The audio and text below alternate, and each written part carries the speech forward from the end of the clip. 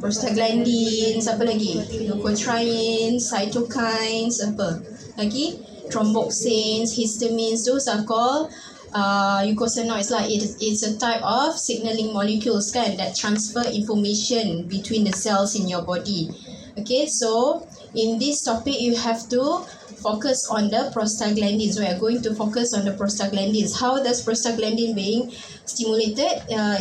It derives from phospholipid kan, phospholipid and then phospholipase will convert phospholipid to arachidonic acid.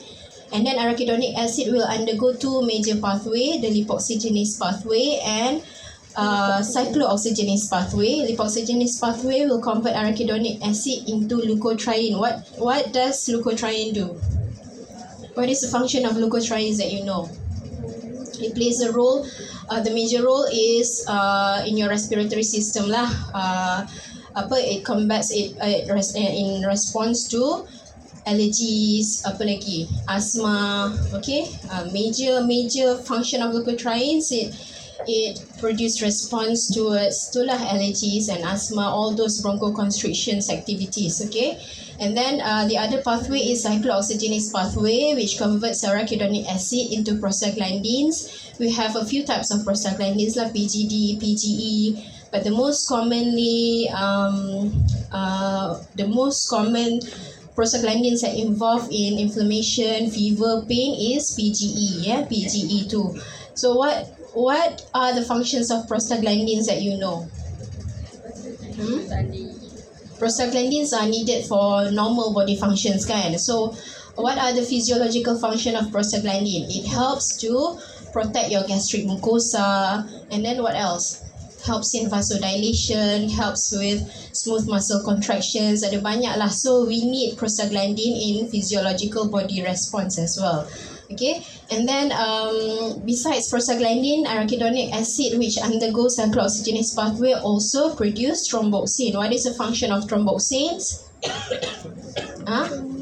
It has something to do with the platelet kan. Okay. So what is the association between Nsaids and cyclooxygenase and prostaglandins? Okay, basically the main mechanism of action of Nsaids, it blocks the cyclooxygenase pathway. So by inhibiting or by blocking cyclooxygenase pathway ni, it will inhibit production of prostaglandins lah. Okay, and okay, so the other type of anti-inflammatory drug is corticosteroid. You pernah dengar corticosteroid kan? And corticosteroid is more potent and stronger than Nsaids, more potent and more adverse effect than Nsaids lah. Beza corticosteroid and Nsaids is that corticosteroid directly inhibit phospholipase, so it will inhibit the production of arachidonic acid. Meanwhile, Nsaids it inhibit cyclooxygenase pathway. So corticosteroid ni memang lagi strong. So kita bagi corticosteroid in what kind of cases? Macam dah belajar sebelum ni kan SLE, so you can use corticosteroids for autoimmune diseases, for apa lagi, cancers, lymphoma, those kind of things, and it has more serious adverse effects compared to Nsaids. Tapi kita akan belajar corticosteroid in another topic lah, which focuses mainly on the corticosteroids.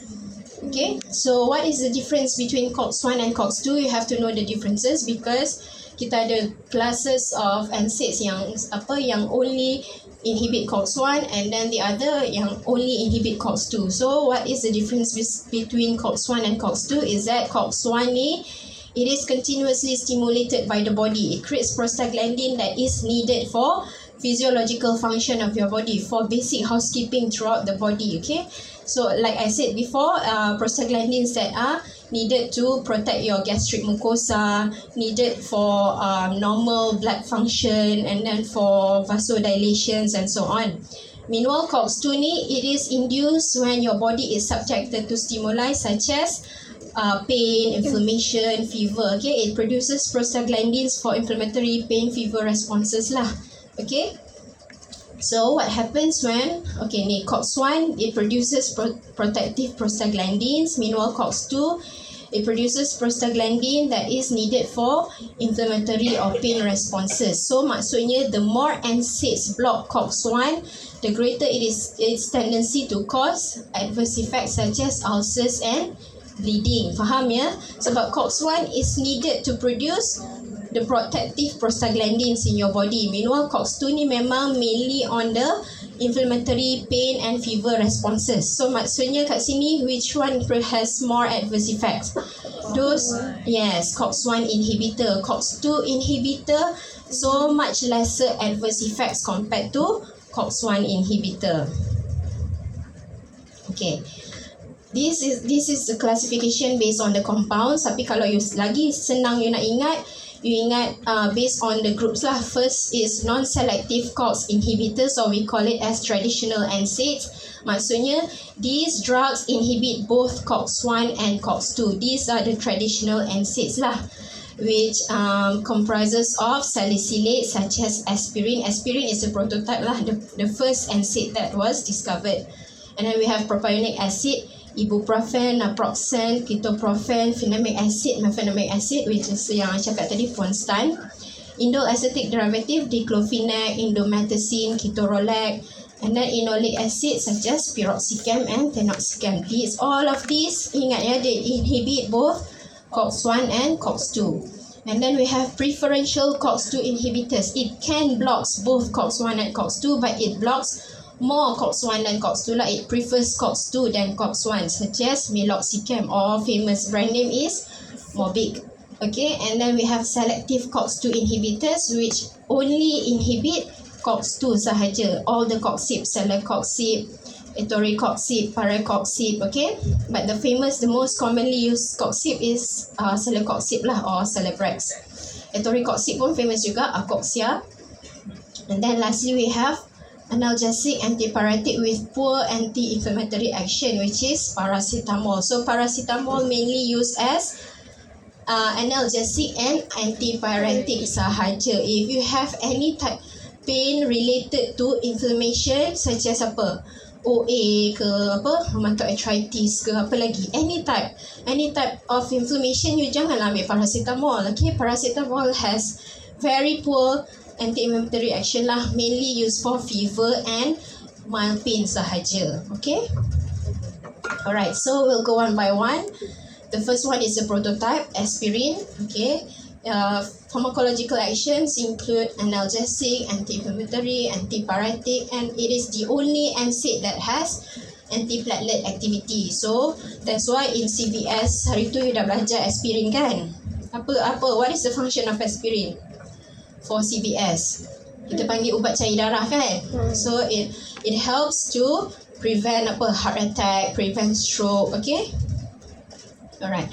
So mechanism of action of aspirin, it irreversibly inhibit prostaglandin synthesis by inhibiting both COX-1 and COX-2.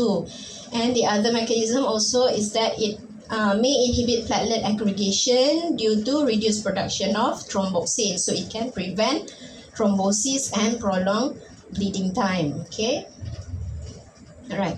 And then the effect on GI, like I said, those which inhibit COX-1 will cause inhibition of protective prostaglandin synthesis and causes increased acid secretion and decreased mucus and bicarbonate production. So eventually, if it's taken in high dosage and prolonged time, it may cause gastritis or peptic ulcers. Okay, and then the other effect of aspirin is that it can decrease uric excretion and increase plasma uric concentration. So you cannot give aspirin to those who has hyperuricemia or gout, or especially those who are taking anti-gout agents lah. So you must be very careful in prescribing aspirin to those who have gout. Yeah. Therapeutic uses, so relieve variety types of pain, headaches, toothache, menstrual pain, to reduce inflammation such as in RA, OA, bursitis, and can also be used as antipyretic to reduce fever, prophylaxis for thromboembolic diseases, and prevent heart attacks and stroke. Okay. Adverse effect, mainly most Nsaids has similar adverse effects lah. Okay, so kalau you dah boleh agak dah, those which block COX-1, mesti adverse effects it can cause GI irritation or bleeding. And then for aspirin, because it it is associated with thromboxane, so it can increase bleeding tendency in blood disorders. Cannot be given to those who has any type of blood disorders. Okay, it can interfere with uricosuric agent, which is the anti-gout agents, allergic or hypersensitivity reactions. Okay. And then, the famous adverse effect of aspirin, it can cause salicylism because it is a type of salicylic acid kan. So when you have too much salicylic acid in your body, it can cause salicylism lah, which characterized by symptoms like tinnitus, vertigo, nausea, vomiting. And then the famous adverse effect in children that is given aspirin is Reye's syndrome. Have you heard of Reye's syndrome? Sebab tu kita tak boleh bagi aspirin. Aspirin is highly contraindicated in children. You tak boleh bagi to those who is less than 12 years old. Kita tak bagi aspirin ya. Dekat overseas memang banyak penggunaan aspirin is very very wide. But in Malaysia kita tak pakai aspirin sangat lah. Kecuali in cardiovascular disorders. Ya, for analgesic ke, antipyretic ke, memang jarang-jarang lah aspirin kita pakai in Malaysia. But in overseas memang diorang suka sangat pakai aspirin. I don't know why. And memang banyaklah cases like Reye's syndrome lah in children, which is characterized by hepatic encephalopathy following acute viral illness in children. You pernah dengar tak? Few years back and recently, banyak case of encephalopathy in children who were given diclofenac. Pernah dengar tak? KKM pun dah roll out, dah keluarkan statement yang kalau children who has fever associated with influenza cannot be given diclofenac because this diclofenac can cause encephalopathy. So this is the same case as aspirin lah, tapi in Malaysia banyak case related to diclofenac. So kalau any children who has fever, kalau you tak confirm fever tu kenapa, you tak boleh bagi diclofenac. Macam aspirin jugalah, okay? So kalau those children who has fever related to influenza and dibagi diclofenac, it can cause encephalopathy and could lead to death. Okay, so that's why aspirin, diclofenac selalunya kita kena avoid lah in children. These are only given to adults sahaja.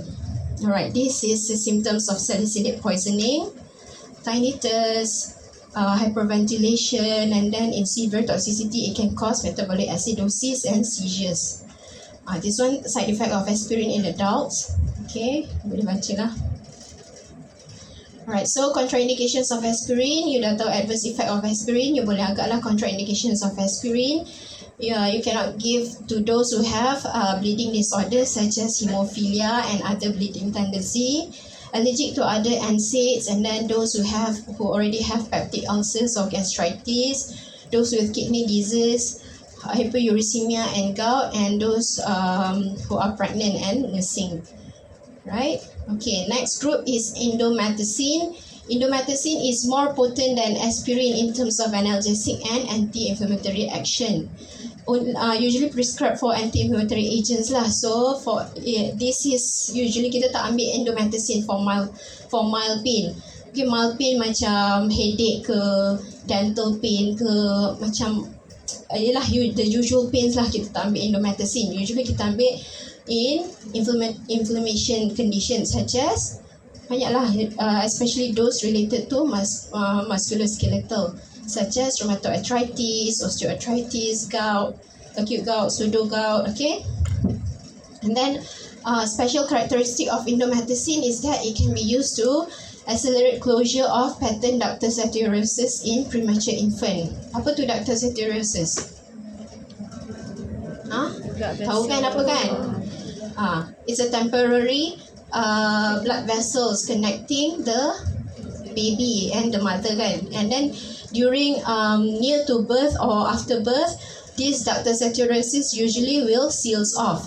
But in premature infant, those who are born especially less than 30 weeks, dia tak sempat, this ductus arteriosus tak sempat nak seal off properly. So usually the doctors akan bagi IV injection of indomethacin plus corticosteroid to accelerate this closure of patent ductus arteriosus lah. Only indomethacin, other types of Nsaids tak ada. So you boleh ingat the special characteristic of indomethacin is this lah. It accelerates the closure of PDA in premature infant. And then it can also be used as antipyretic in fever related to malignancies such as Hodgkin lymphoma or any types of cancers. Okay, common adverse effects. Most adverse effects sama lah, but for indomethacin dia ada extra, dia ada CNS adverse effects. It can cause frontal headache, vertigo, psychosis. Okay, contraindications pun sama.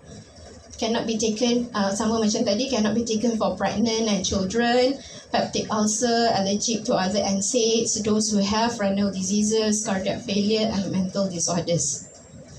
Alright, next is ketorolac. Ketorolac pernah dengar? Pernah. Okay, ketorolac ni mainly used as a short term. Ingat ni, the keyword for ketorolac is short term analgesic. It cannot be taken for more than 5 to 7 days, yeah, because it is very potent. It is used as alternative to opioid. Opioid is a type of painkiller as well, kan? So for those who cannot tolerate opioid, such as those who just undergone a surgery for post-operative pain, kalau kita bagi opioid, dia tak boleh tolerate the opioid or ada adverse effects related to the opioid, so kita boleh ganti ketorolac lah. Ketorolac is a very potent analgesics, but it cannot be taken more than 5 days lah. Okay, so it can be taken only for short term. Adverse effects pun sama macam other Nsaids lah, mainly GI irritation or bleeding. Okay, and then this is the one that I mentioned tadi, diclofenac sodium. Sebab for children, kalau for suppository kita selalunya in suppository form, selalunya ada PCM and diclofenac. For rectal tu yang kita bagi budak-budak tu, selalunya PCM and diclofenac. So kalau to those selalunya parents yang nak beli rectal and analgesic for antipyretic for their children, mesti pergi kat pharmacy and then minta, boleh tak nak rectal PCM, and then tak ada, oh sorry lah, kita tak ada rectal PCM, and then they usually will prescribe rectal diclofenac. Sebab selalunya memang PCM and diclofenac sahaja yang ada in suppository form or rectal form. So this is the one that I mentioned, diclofenac ni lah kita tak boleh bagi in children. Kalau boleh, please avoid, especially when you are not sure what is the fever. The fever is caused by what? If it's caused by influenza, it can cause very severe adverse effect, very severe complications to the children, yeah. Okay, so it has anti-analgesic, antipyretic and anti-inflammatory effect. Potency, it is more potent than indomethacin and naproxen. Therapeutic uses pun mostly for musculoskeletal condition lah, kita tak bagi for mild pain. Okay, lagi. Alright, next is mefenamic acid or Ponstan. Ponstan pun biasa dengar, ya. It is used for mild to moderate pain such as muscular, joint pain, dental pain, headache, dysmenorrhea or pain related to menstrual lah. Okay, adverse effect pun sama, diarrhea, peptic ulcers, and then one of the special adverse effect compared to other Nsaids is that Ponstan can cause hemolytic anemias in some patients. Alright, next is propionic acid such as ibuprofen, naproxen, ketoprofen. This group you pernah biasa dengar kan? Ibuprofen, naproxen. It is used for mild to moderate pain in rheumatoid diseases, musculoskeletal disorders, and dysmenorrhea. Okay, and among all those propionic acid, ibuprofen has the lowest incidence of GI effect lah. So compared to naproxen and ketoprofen, ibuprofen is the safest. Okay. And then last group of this traditional Nsaid is enolic acid or piroxicam. Okay, sama lah, ada antipyretic, analgesic and anti-inflammatory action, and it has a very long half-life. So usually kita bagi single daily dose sahajalah. Compared to other Nsaids, kita kena ambil 3 to 4 times a day. Okay. Right. Next is preferential COX-2 inhibitor or meloxicam. Selalunya jumpa dekat over the counter is known as Morbid. Okay. Therapeutic uses usually only for MSK related disorders such as rheumatoid arthritis, osteoarthritis. Ni pun sama macam most of the Nsaids kita tak bagilah for kalau you setakat nak ada mild pain, dental pain ke, period pain ke, kita tak ambil meloxicam lah, usually for MSK related disorders. Okay. And then next is selective COX-2 inhibitors, docoxib, celecoxib, such as Celebrex, and etoricoxib, such as Arcoxia. So MOA is different from the traditional NSAID. It's selective reversible inhibitor of COX-2. It only inhibits COX-2 sahaja, ya. It does not inhibit COX-1. So it has all the pharmacological actions like other NSAIDs, analgesic, antipyretic, and anti-inflammatory actions. Sama macam meloxicam tadi, usually for OA or RA, and then for post-operative surgery. Yeah, it is so much more potent and stronger than the traditional NSAIDs. Okay, adverse effect, it has very less GI toxicity, and it can cause allergies due to its it contains sulfonamide, and so any drugs that contain sulfonamide cannot be taken with other drugs that contain sulfonamide as well, such as antibacterials. So revise balik which antibacterials yang ada sulfonamide. So that is contraindicated to be taken with celecoxib. And then this one dia ada pros and cons lah. Celecoxib ni it has potential cardiotoxicity, so it is contraindicated for those who has cardiovascular conditions. Dia memang lagi elok sebab it will not cause peptic ulcers, it will not cause gastritis and so on. Tapi kalau boleh, please avoid to those who has history of MI, to those who has history of stroke, any cardiovascular related problems lah. Kalau boleh kita tak bagi celecoxib sebab dia ada potential of causing cardiotoxicity. Kalau in low dose and nak bagi sekejap je, no problem. Tapi kalau you rasa the patient needs to take this NSAIDs for a longer period of time, kalau boleh avoid lah in this kind of patients. Okay. Contraindication, hypersensitivity to sulfonamide, allergies to other NSAIDs, okay, heart disease, stroke, or patients undergoing CABG surgery or bypass lah. So any like I said, any CVS related, kalau boleh avoid celecoxib. Alright. Lastly is paracetamol or acetaminophen. Okay. Therapeutic efficacy is similar to aspirin in terms of analgesic and antipyretic action, and it has no or poor significant anti-inflammatory action. So it can only be taken as antipyretic to reduce fever and as analgesic to reduce mild pain. Okay, clinical uses as substitute for aspirin in cases with peptic ulcers, prolonged bleeding time, and allergy in cases less than 12 years of age. Okay, for children, only paracetamol je lah is safe to be given. Okay, for mild to moderate pain, to relieve fever, and for pregnancy. Okay, for pregnancy pun, among all NSAIDs, only paracetamol is safe for pregnant mothers. Okay. Adverse effect, few rarely cause skin rash and allergies, and kalau long-term daily use could lead to chronic renal failure and liver damage. Bear in mind that setiap NSAID yang I mention and all the adverse effect, kita tak adalah dapat adverse effect for a few time use, ya. For NSAID punya adverse effect is very rare. Only if it's taken for a very long time or in very high dose. Selalunya memang NSAIDs, all NSAIDs have good safety profile lah. Okay, tak adanya setiap adverse effect yang I mention tu is not so common lah, unless memang ambil banyak sangat and lama, so barulah ada all these adverse effects. Okay. Alright, so PCM banyak sangat brand name kan, such as apa you tahu, besides Panadol apa lagi? Euphamol, Panadol, apa lagi? Avidol, paracetamol lah paling banyak brand name. So bila you pergi pharmacies, please keep an eye on those PCM types, ya. As your own knowledge lah, for your own knowledge, banyak sangat PCM brands. Okay. Alright, so acute paracetamol poisoning, this one dah belajar dalam basic pharm. Ada kan? So this is just a recap lah. Acetaminophen or paracetamol usually undergo conjugation to glucuronide and sulfate. These are non-toxic kan. And then with the help of cytochrome P450, it will be converted to toxic toxic compound, which is known as NAPQI and acetyl P-benzoquinonimide.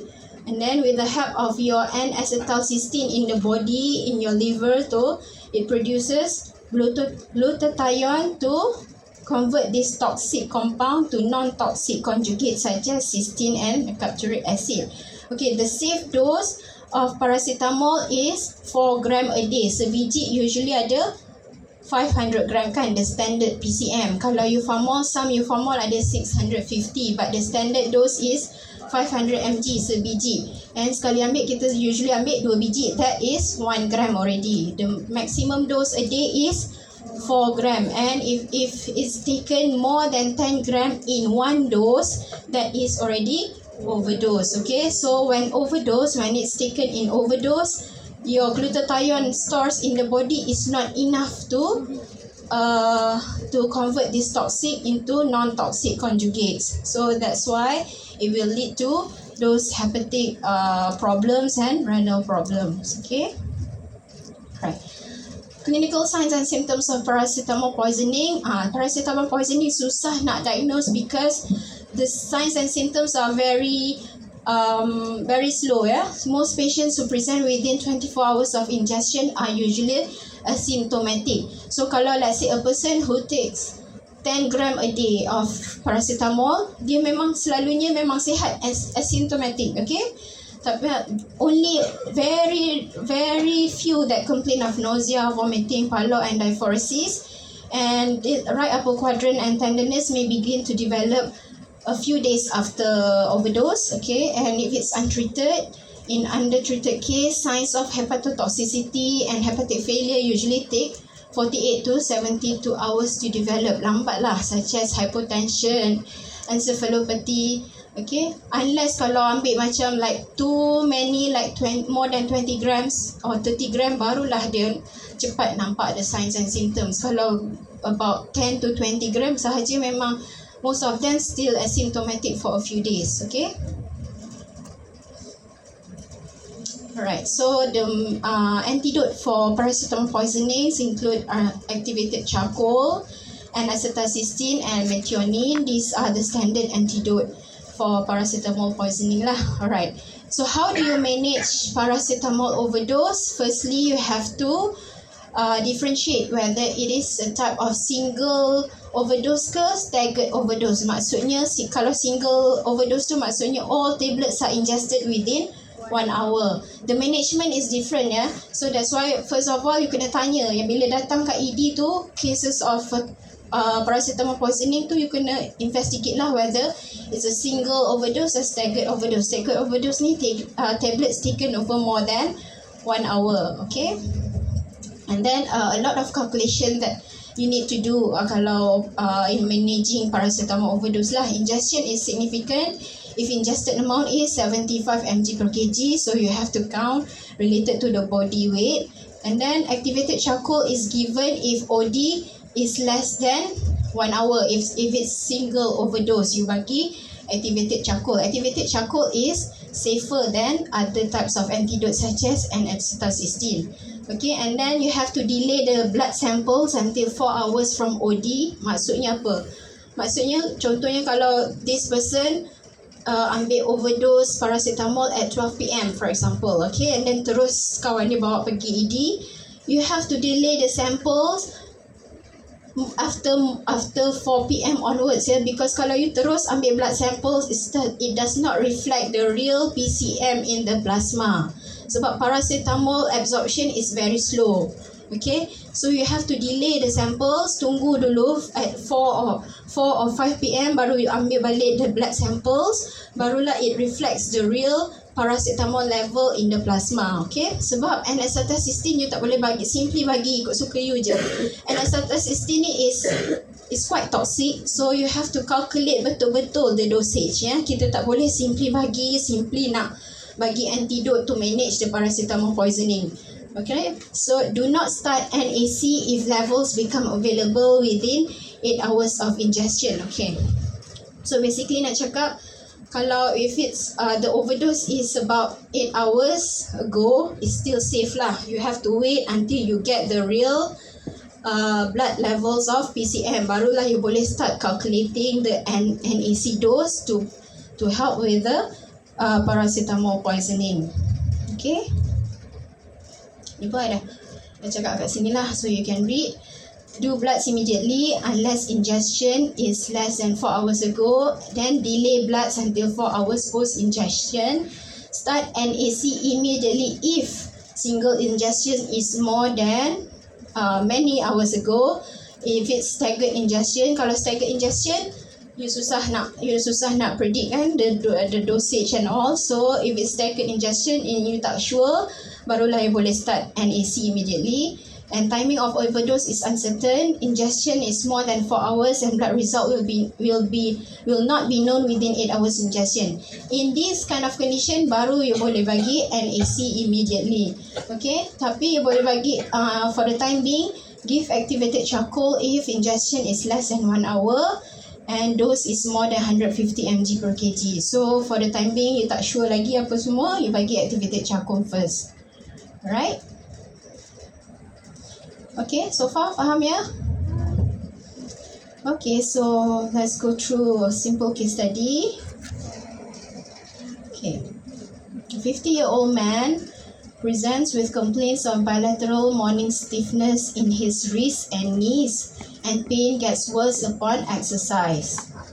See, bilateral morning stiffness. So usually hari tu pun you dah belajar SLE punya ni. Kalau morning stiffness usually related to RA kan. On physical examination, the joints are slightly swollen.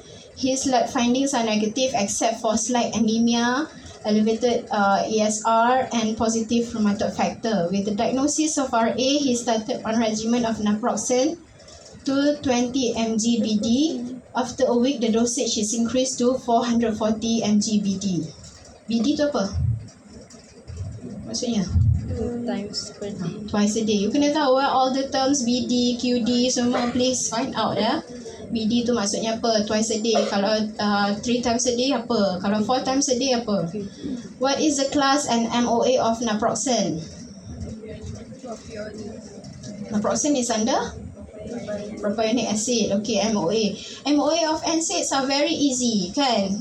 Basically kena tahu traditional Nsaid ke or selective COX-2 inhibitor. So for naproxen is it inhibits both COX-1 and COX-2 kan?